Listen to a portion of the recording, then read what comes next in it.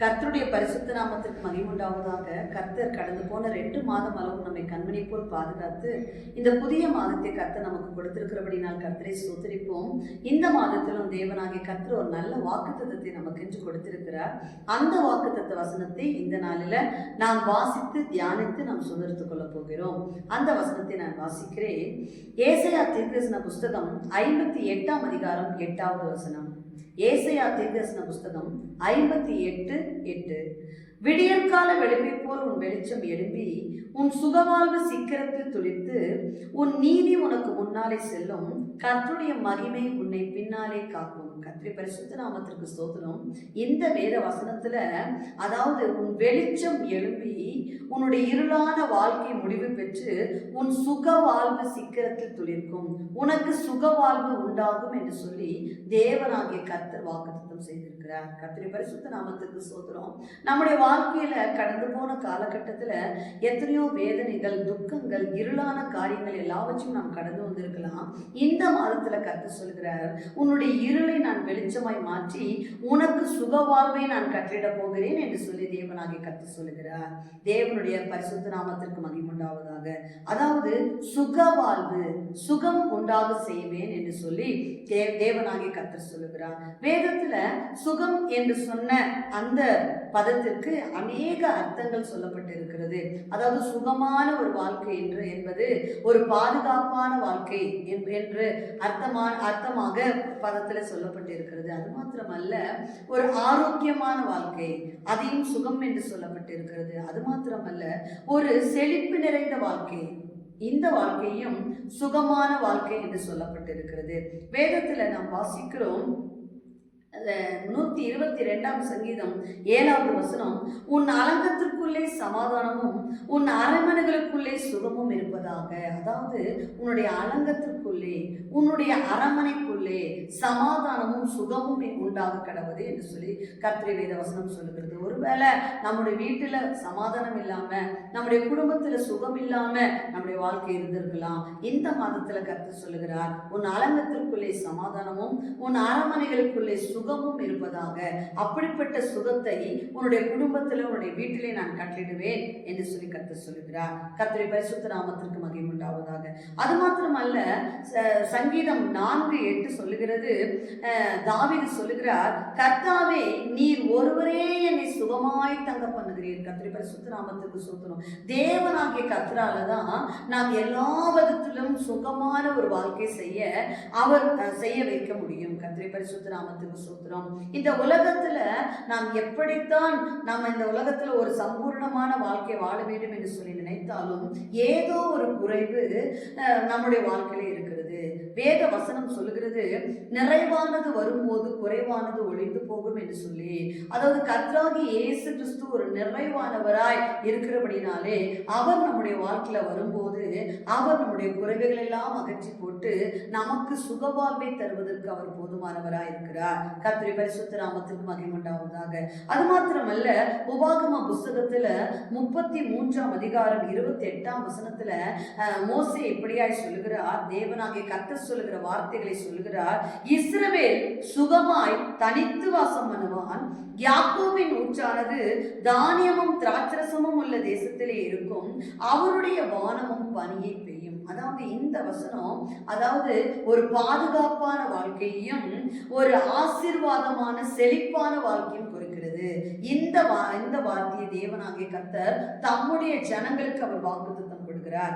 இஸ்ரவேல் சுகமாய் தனித்து வாசம் பண்ணுவான், யாக்கோபின் ஊற்றானது தானியமும் திராட்சரசமும் உள்ள தேசத்தில் இருக்கும்.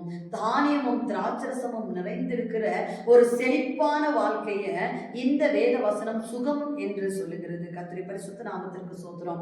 நம்முடைய வாழ்க்கையிலும் அப்படிப்பட்ட வறுமை நிறைந்த ஒரு வாழ்க்கை, குறைவுள்ள வாழ்க்கையை நாம் செய்து கொண்டிருக்கலாம். இந்த மாதத்துல கர்த்தர் சொல்லுகிறார், நான் உனக்கு சுகவாழ்வை கட்டளிட்டு தந்து செழிப்புள்ள ஒரு வாழ்க்கையை நான் உனக்கு தருவேன் என்று சொல்லி கர்த்தர் சொல்லுகிறார். கர்த்தருடைய பரிசுத்த நாமத்துக்கு ஸ்தோத்திரம். அதாவது சுகம் என்பது அதாவது பிரச்சனைகளிலிருந்து விடுதலை பெற்ற ஒரு சமாதான வாழ்க்கை, அது மாத்திரமல்ல வியாதியிலிருந்து விடுதலை பெற்ற ஒரு சமாதானமான வாழ்க்கை, குறைவிலிருந்து விடுதலை பெற்ற ஒரு சமாதானமான வாழ்க்கை, தாழ்விலிருந்து ஒரு உயர்வான வாழ்க்கை, இது எல்லாவற்றையும் சேர்ந்து சொல்லுகிறது தான் ஒரு சுக வாழ்வு. கர்த்தருடைய பரிசுத்த நாமத்திற்கு மகிமை உண்டாவதாக. நாம் வேதத்திலே வாசிக்கிறோம், மார்க் எழுதின சுவிசேஷம் 5ஆம் அதிகாரம் 25 முதல் 34 வசனத்துல ஒரு ஸ்திரீயை குறித்து நாம் வாசிக்கிறோம்.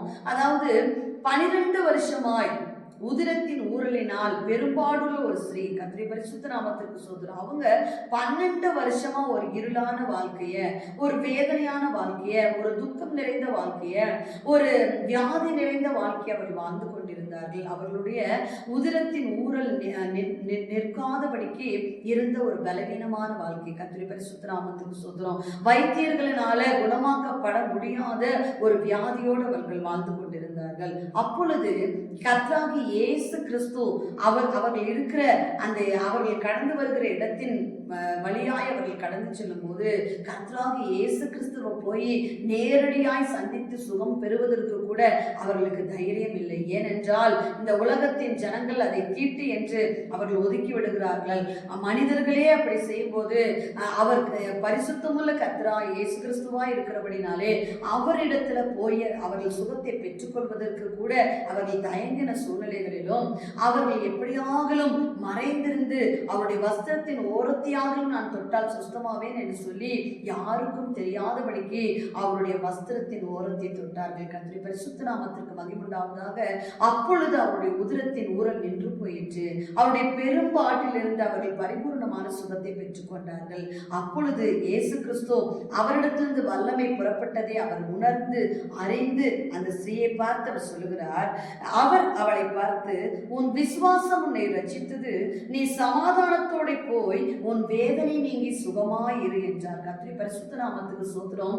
இந்த வசனத்தை கேட்டுக்கொண்டிருக்கிற ஒவ்வொருடைய வாழ்க்கையிலும் இது போன்ற ஒரு வேதனை, ஒரு துக்கம், நீங்க சமாதானமுள்ள வாழ்க்கை செய்ய முடியாதபடிக்கு, ஒரு சுகமுள்ள ஒரு வாழ்க்கை செய்ய முடியாதபடிக்கு நெருக்கி கொண்டிருக்கலாம். ஆனா கர்த்தராகிய இயேசு கிறிஸ்து நாம் வேதனை நீங்கி சுகமாய் வாழும்படி அவர் விரும்புகிறபடினாலே அந்த பெரும்பாடுள்ள ஸ்திரீயின் வேதனையை மாற்றி அவர்களை எப்படி சுகமாய் இருக்க செய்தாரோ அதுபோல நாம் கடந்து சென்று கொண்டிருக்கிற எந்த வேதனையின் காரியங்கள் ஆனாலும் நாம் பற்றி கொண்டிருக்கிற, அதாவது நாம் சுமந்து கொண்டிருக்கிற எப்படிப்பட்ட பாரமானாலும் எப்படிப்பட்ட பலவீனமாயிருந்தாலும் கர்த்தராகிய இயேசு கிறிஸ்து நம்முடைய எல்லா வேதனையிலிருந்து நம்மை விடுதலையாக்கி ஒரு சுகமுள்ள வாழ்க்கையை அவர் கொடுப்பதற்கு போதுமானவராய் இருக்கிறார். நாம் வேதனை நீங்கி சுகமாய் வாழ வேண்டும் என்பதே அவருடைய நோக்கமும் சித்தமுமாய் இருக்கிறது.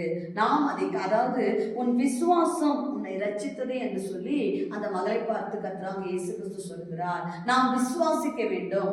என்னுடைய இந்த வேதனையை, என்னுடைய இந்த துக்கத்தை, என்னுடைய இந்த பலவீனத்தை, என்னுடைய இந்த பிரச்சனையை மாற்றி எனக்கு சுகவாழ்வு கொடுப்பதற்கு கர்த்தராகிய இயேசு கிறிஸ்து போதுமானவர் என்று சொல்லி நாம் விசுவாசிக்கும் போது கர்த்தர் கண்டிப்பாக நம்முடைய வேதனையை நீக்கி நமக்கு சுகவாழ்வை அவர் கட்டளையிடுவதற்கு போதுமானவராய் இருக்கிறார். கர்த்தருடைய பரிசுத்த நாமத்துக்கு ஸ்தோத்திரம். அது மாத்திரமல்ல, 3 யோவான் 2ஆம் வசனத்துல சொல்லப்பட்டிருக்கிறது, பிரியமானவனே, உன் ஆத்துமா வாழ்கிறது போல நீ எல்லாவற்றிலும் வாழ்ந்து சுகமாயிருக்கும்படி வேண்டுகிறேன் என்று சொல்லி நாம் எல்லாவற்றிலும் வாழ்ந்து சுகமாய் இருக்கும்படிதான் கர்த்தர் விரும்புகிறார்.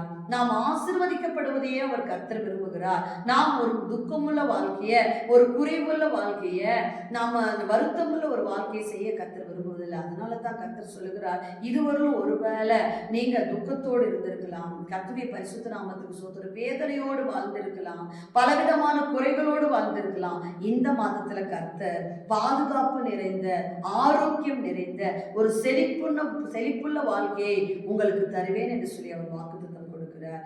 அதாவது விடியற்கால வெளுப்பை போல் உன் வெளிச்சம் எழும்பி உன் சுகவாழ்வு சீக்கிரத்தில் துளிர்த்து உன் நீதி உனக்கு முன்னாலே செல்லும், கர்த்தருடைய மகிமை உன்னை பின்னாலே காக்கும்.